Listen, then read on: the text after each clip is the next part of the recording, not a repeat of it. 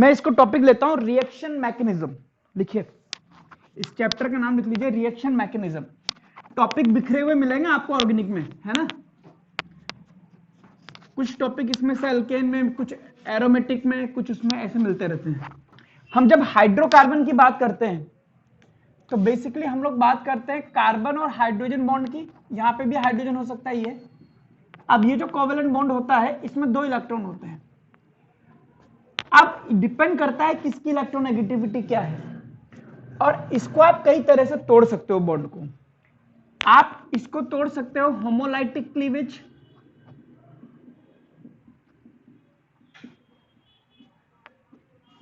मतलब बिल्कुल सेंटर से तोड़ दो, जिसका इलेक्ट्रॉन जिसके पास हो जाएगा। तो उस केस में इसका इलेक्ट्रॉन इसको मिल गया, इसका इलेक्ट्रॉन इसको मिल गया। इनको हम बोलते हैं फ्री रेडिकल्स।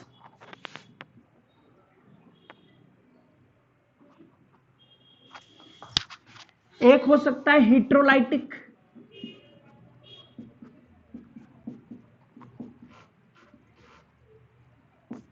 सपोज करो इसने इसके इलेक्ट्रॉन को अपनी तरफ खींच लिया, उसके बाद में ये बॉन्ड टूटा, तो दोनों इलेक्ट्रॉन इसके पास आ गए, इसके पास कुछ नहीं बचा।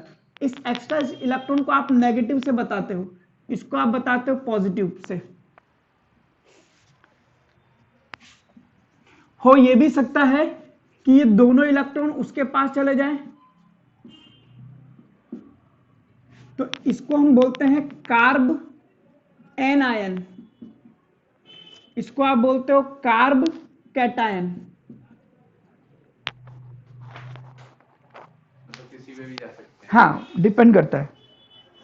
अगर हम यहां बात करें तो 1 2 3 4 5 6 इलेक्ट्रॉनिक स्पीशीज है, जबकि यहां पर 1 2 3 4 5 6 7 8। आइए लिखिए electron displacement effect in covalent bond, यही पढ़ना है हमें मेन। अब इसमें कई सारे इफेक्ट है आपके पास। पहला लिखिए inductive effect,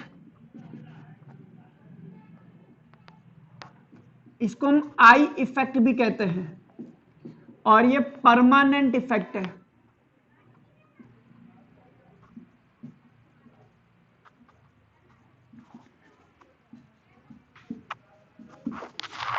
number 2 resonance effect,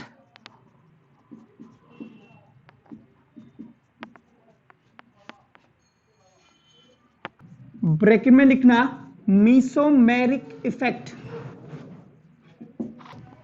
that is permanent displacement of pi electrons. Third, hyperconjugation, permanent displacement of sigma electron.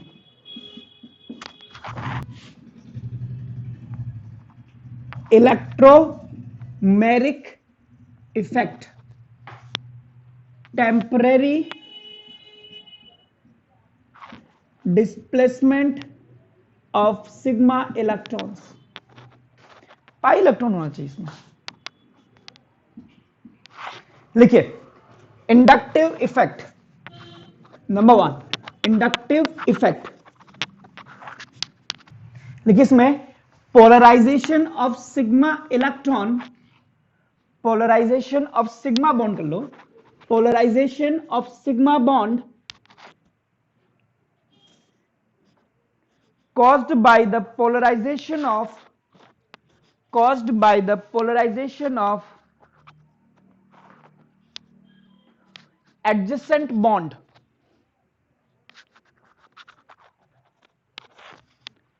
polarization of adjacent bond referred to as inductive effect.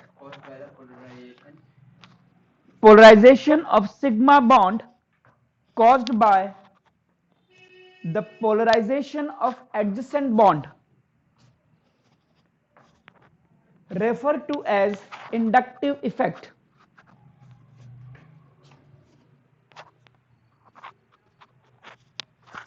Refer to as inductive effect. अब देखो इसमें दो type का होता है, एक होता है प्लस आई इफेक्ट, एक होता है माइनस आई इफेक्ट। अगर कोई कोवेलेंट बॉन्ड ऐसा है और ए ने अपने इलेक्ट्रॉन इधर की तरफ पुश कर दिए तो ए पे क्या आ जाएगा, प्लस चार्ज, और इस पे क्या आ जाएगा, नेगेटिव। तो ये कहलाएगा ए का प्लस आई इफेक्ट। लेकिन अगर ए ने बी के इलेक्ट्रॉन अपनी तरफ खींच लिए तो electron will be move towards the A, so A पे हो जाएगा नेगेटिव, इस पे हो जाएगा पॉजिटिव। तो इसके बेस पे इसको हम कहते हैं माइनस आई इफेक्ट ऑफ ए।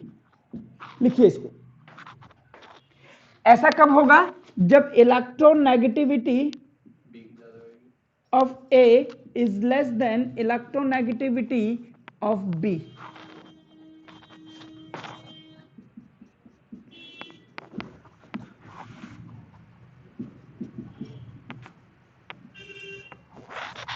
तो लिखिए माइनस आई इफेक्ट। एक का लिखवा दूंगा, दूसरा अपने आप बन जाएगा, उसमें कोई बड़ी बात नहीं, सारे पॉइंट सेम है। माइनस में सिर्फ कहेंगे कि ये खींच लेता है, प्लस में कह देते हैं ये पुश करता है, ये पुश करता है और ये पुल करता है, सिर्फ इतनी सी बात है। माइनस आई इफेक्ट, इसमें लिखिए whenever an electron withdrawing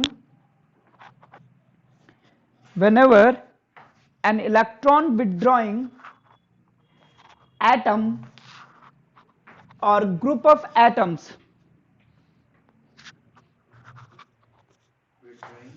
electron withdrawing atom or group of atom is present at the end of carbon chain, at the end of carbon chain,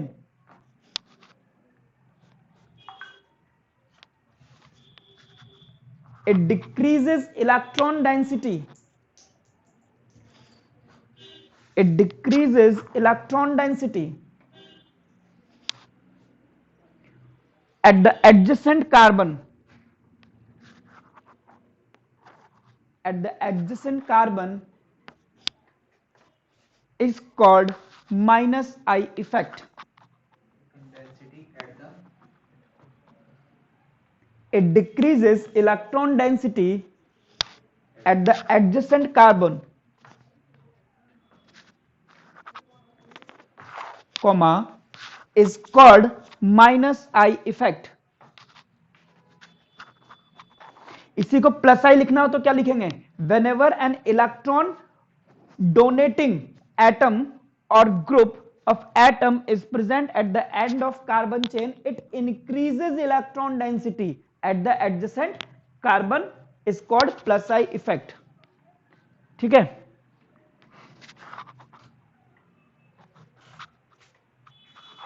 चाहे तो मैं यहां लिखा दूं क्या, माइनस आई इफेक्ट में मैं तो लिखा दिया ना आपने, इसलिए लिख लिया ना, प्लस आई में लिख लीजिए,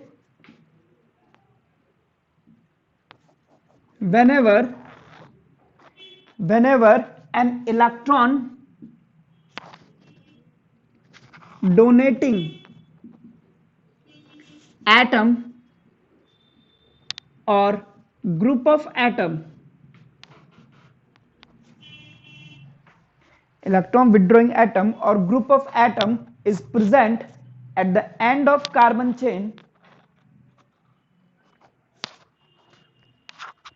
present at the end of carbon chain,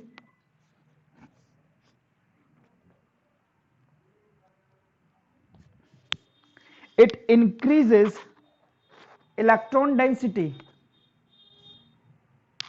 it increases electron density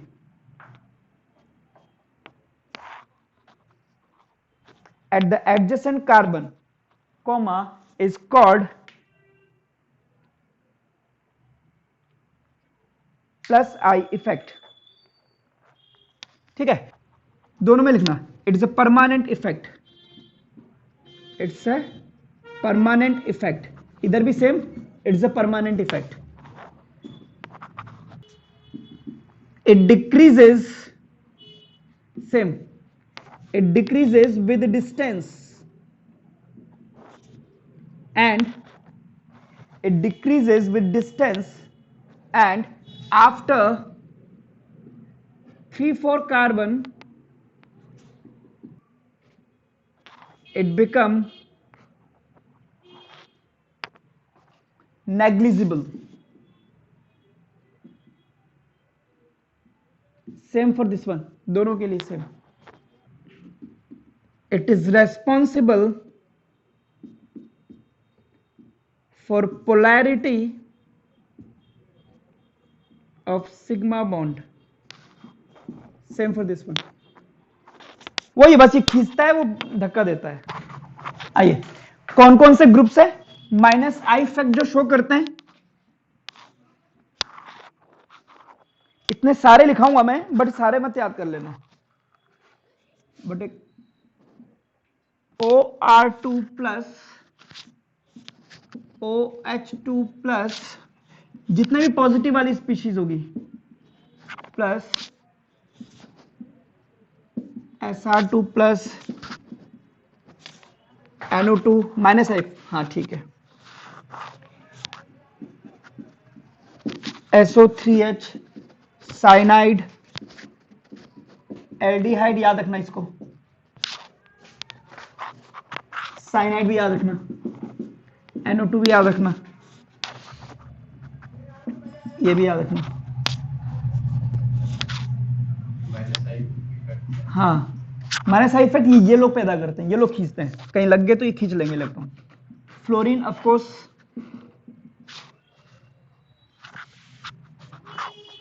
chlorine, bromine, iodine,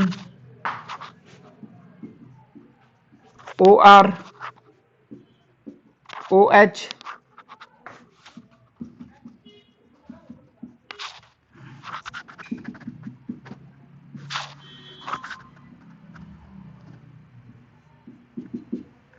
phenyl.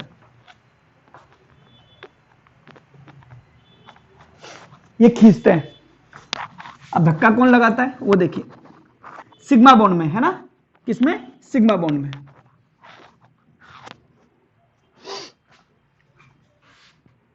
अब जिनके पास इलेक्ट्रॉन ज्यादा है वही धक्का लगाएगा,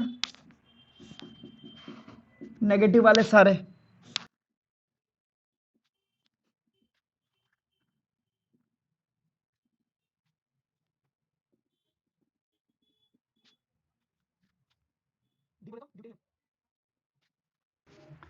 चलिए, ये तो थी इसकी थ्योरी. अब इसका यूज कैसे करना है वो सीखना है हमें. हर डालिए एप्लीकेशन ऑफ आई इफेक्ट, ये इंपॉर्टेंट है. इसका यूज कैसे करना है हमें, एप्लीकेशन ऑफ आई इफेक्ट. पहला लिखिए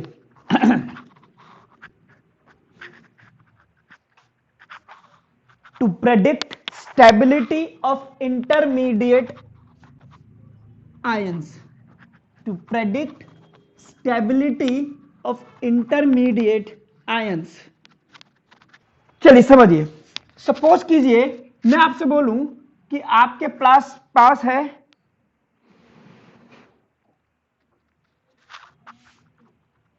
A+, ये कोई इंटरमीडिएट है. अगर इस पर पॉजिटिव चार्ज बढ़ता है तो इसकी रिएक्टिविटी भी बढ़ जाएगी, जल्दी रिएक्ट करेगा, और जितनी जल्दी रिएक्ट करेगा उतना ही ये क्या हो जाएगा, लेस स्टेबल हो जाएगा. रिएक्टिविटी और स्टेबिलिटी दो अपोजिट चीजें हैं. रिएक्टिविटी बढ़ गई मतलब वो स्टेबल नहीं है, और स्टेबल हुआ तो वो रिएक्टिव नहीं होगा. लिख लीजिए इसको.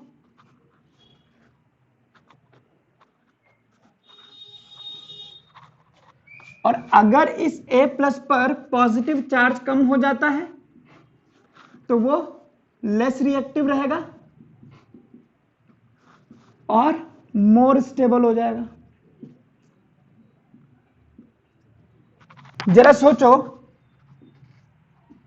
इस A पर नेगेटिव चार्ज है और ये नेगेटिव चार्ज बढ़ता है, तब रिएक्टिविटी तो भी बढ़ जाएगी।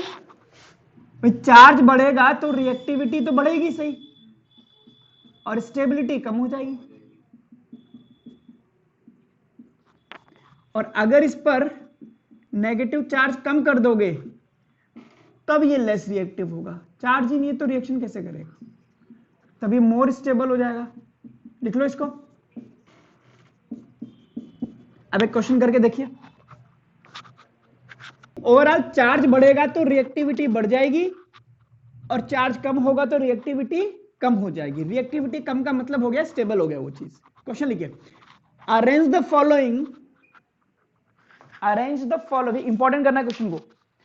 Arrange the following in decreasing order of their stability, decreasing order of their stability.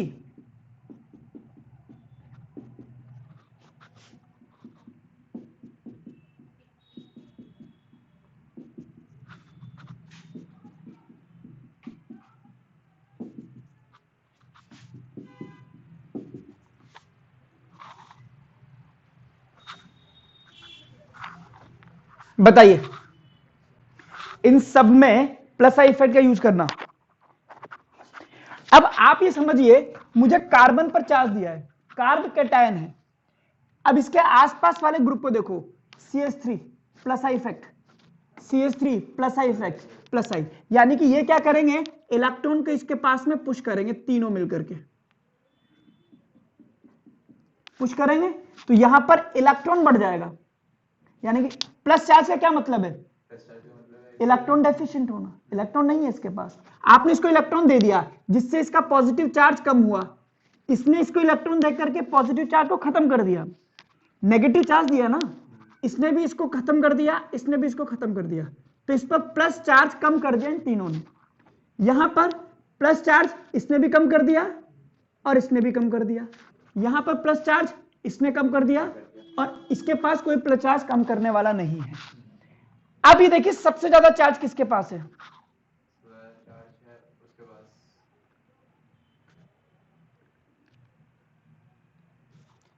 सबसे ज्यादा चार्ज किसके पास है? उसके पास। बाकियों में तो चार्ज कम कर दिया ना, तो इस पर है हमारे पास लीस्ट चार्ज। जब इस पर चार्ज नहीं है तो ये क्या होगा? लीस्ट रिएक्टिव, यानी कि मोस्ट स्टेबल। यह है आपके पास 3 डिग्री कार्ब कैटायन, यह है 2 डिग्री कार्ब कैटायन, यह है 1 डिग्री कार्ब कैटायन। तो सबसे ज्यादा स्टेबल ये होगा, फिर ये, फिर ये। लिख लीजिए, बहुत इंपॉर्टेंट बात है ये। जबकि इसके पास मैक्सिमम चार्ज है, कोई किसी ने कमी नहीं करा।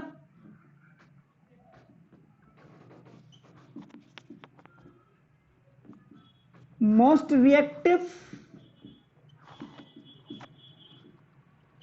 लीस्ट स्टेबल, ऐसे समझिए।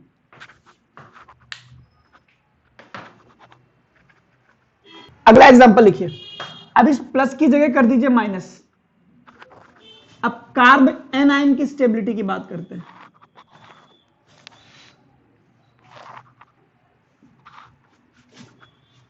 अब बताइए,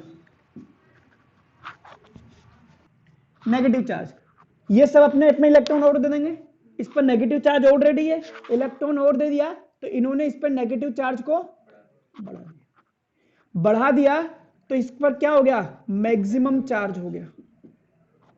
तो ये क्या हो गया? मोस्ट रिएक्टिव हो गया, यानी कि ये लीस्ट स्टेबल हो गया। ये भी इस पे नेगेटिव चार्ज को बढ़ाएंगे, बट यहां पे 3 लोग बढ़ा रहे हैं, यहां पे 2 ही लोग बढ़ा पाएंगे। यहां पे सिर्फ एक बढ़ाएगा, यहां पे कोई नहीं बढ़ाएगा। तो यहां पे क्या हो गया? मिनिमम चार्ज हो गया, ये हो गया लीस्ट रिएक्टिव और मोस्ट स्टेबल, यानी कि ये ऐसा हो जाएगा। यानी कि 3 degree carb anion least stable और फिर 1 degree carb anion. Right on.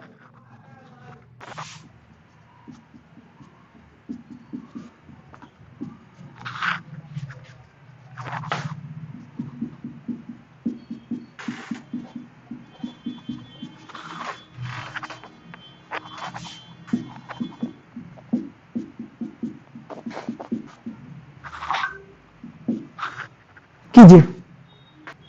अब देखने वाली बात क्या है कि सब पे नेगेटिव चार्ज है और सब पे सेम ग्रुप अटैच्ड है। ये भी बढ़ाएगा, ये भी बढ़ाएगा, ये भी बढ़ाएगा, इस पे भी नेगेटिव चार्ज बढ़ रहा है, ये भी बढ़ रहा है। अब क्या करें? अब देखने वाली बात यह है कि इसकी इलेक्ट्रोनेगेटिविटी क्या है? मैक्सिमम इलेक्ट्रोनेगेटिव एटम है, तो इस नेगेटिव चार्ज को ये पकड़ करके रखेगा। लेस इलेक्ट्रोनेगेटिव एटम है, कम पकड़ करके रखेगा। लीस्ट इलेक्ट्रोनेगेटिव एटम है, पकड़ के ही नहीं रखेगा। तो नेगेटिव चार्ज को अगर इसने पकड़ लिया तो ये रिएक्शन नहीं करने देगा या करने देगा, ये इसको स्टेबलाइज कर देगा। More electronegative atom can stabilize negative charge. Less electronegative atom cannot stabilize negative charge, इसीलिए ये लेस रिएक्टिव, सॉरी ये मैक्सिमम स्टेबल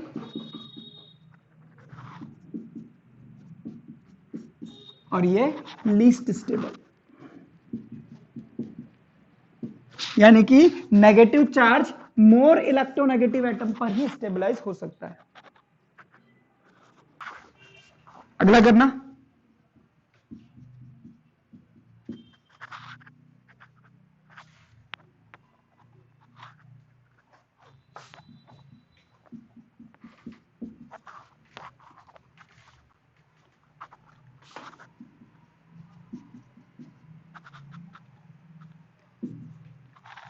इनका बताइए। यह हाइब्रिडेशन से निकलता है, यह sp हाइब्रिडेशन शो करता है।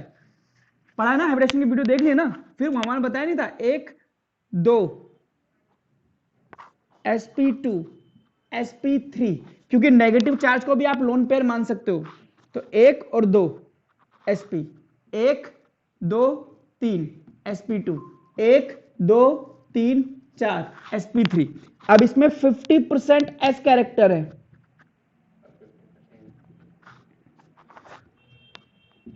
इसमें 33% एस कैरेक्टर है और इसमें 25% एस कैरेक्टर है। तो जितने ज्यादा एस कैरेक्टर होते हैं वही मोर इलेक्ट्रोनेगेटिव होता है। तो ये इलेक्ट्रोनेगेटिव है इसलिए ज्यादा स्टेबल ये वाला होगा, और ये मैं कई बार बता चुका हूं इसलिए, ठीक है। और जो मेनली मुझे पढ़ाना है वो टॉपिक है resonance.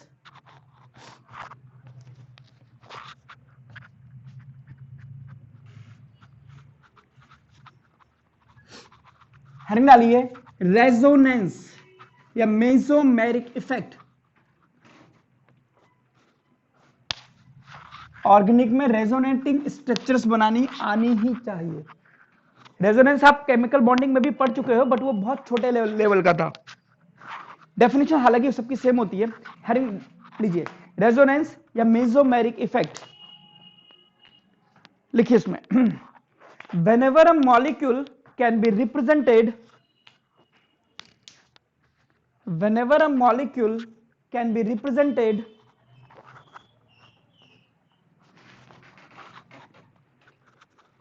by more than one structure, whenever a molecule can be represented by more than one structure and none of them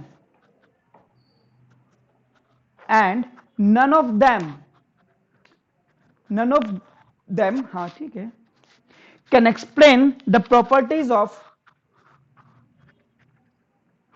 none of them can explain the properties of actual molecule,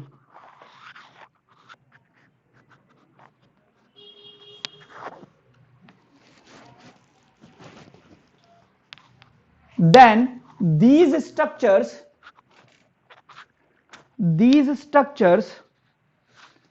are called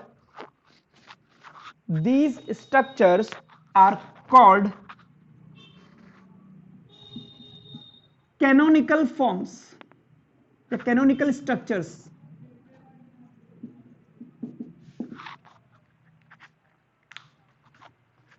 bracket में लिखना resonating structures, and this phenomena is called as resonance.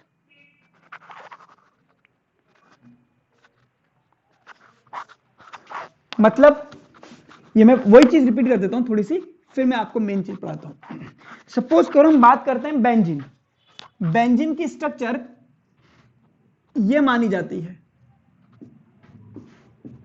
अगर मैं इसको 1 2 3 4 5 6 कह पाऊं तो carbon 1 और carbon 2 के बीच में डबल बॉन्ड है, इसकी बॉन्ड लेंथ आनी चाहिए 1.34 एंगस्ट्रॉम, लेकिन कार्बन 2 और कार्बन 3 के बीच में सिग्मा बॉन्ड है, तो इस बॉन्ड की बॉन्ड लेंथ आनी चाहिए 1.54 एंगस्ट्रॉम।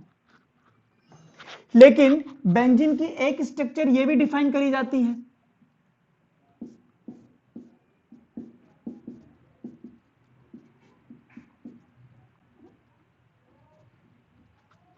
अब यहां अगर आप देखेंगे 1 और 2 के बीच में सिग्मा बॉन्ड है, तो इसकी बॉन्ड लेंथ आनी चाहिए 1.54 एंगस्ट्रॉम, और यहां 2 और 3 के बीच में देखेंगे तो बॉन्ड लेंथ आनी चाहिए 1.34 बट रियल में क्या होता है, रियल में यह देखा जाता है कि all the bonds are same of bond length 1.39 angstrom. अब इसको कैसे एक्सप्लेन करोगे, नाइस स्ट्रक्चर से एक्सप्लेन हो रहा है, नाइस स्ट्रक्चर से एक्सप्लेन हो रहा है, तो यह माना जाता है कि ये दोनों फॉर्म्स एक दूसरे की रेजोनेटिंग स्ट्रक्चर्स है, और रेजोनेटिंग स्ट्रक्चर्स को टू साइडेड एरो से बताते हैं। ये दोनों आपस में कैनोनिकल फॉर्म है, ये दोनों मिलकर के ये फॉर्म बनाती हैं, तो ना 5-4 ना 3-4, इनके बीच का 1.39 लगा लिया इन्होंने ढंग से। लिखिए इसको, और इसको हम बोलते हैं रेजोनेंस मिक्सचर। इसको कई बार ऐसे भी शो करते हैं, हाँ, बट सर्कल हम लोग जनरली बनाते नहीं, बट यहां पे मेरे को बनाना पड़ेगा।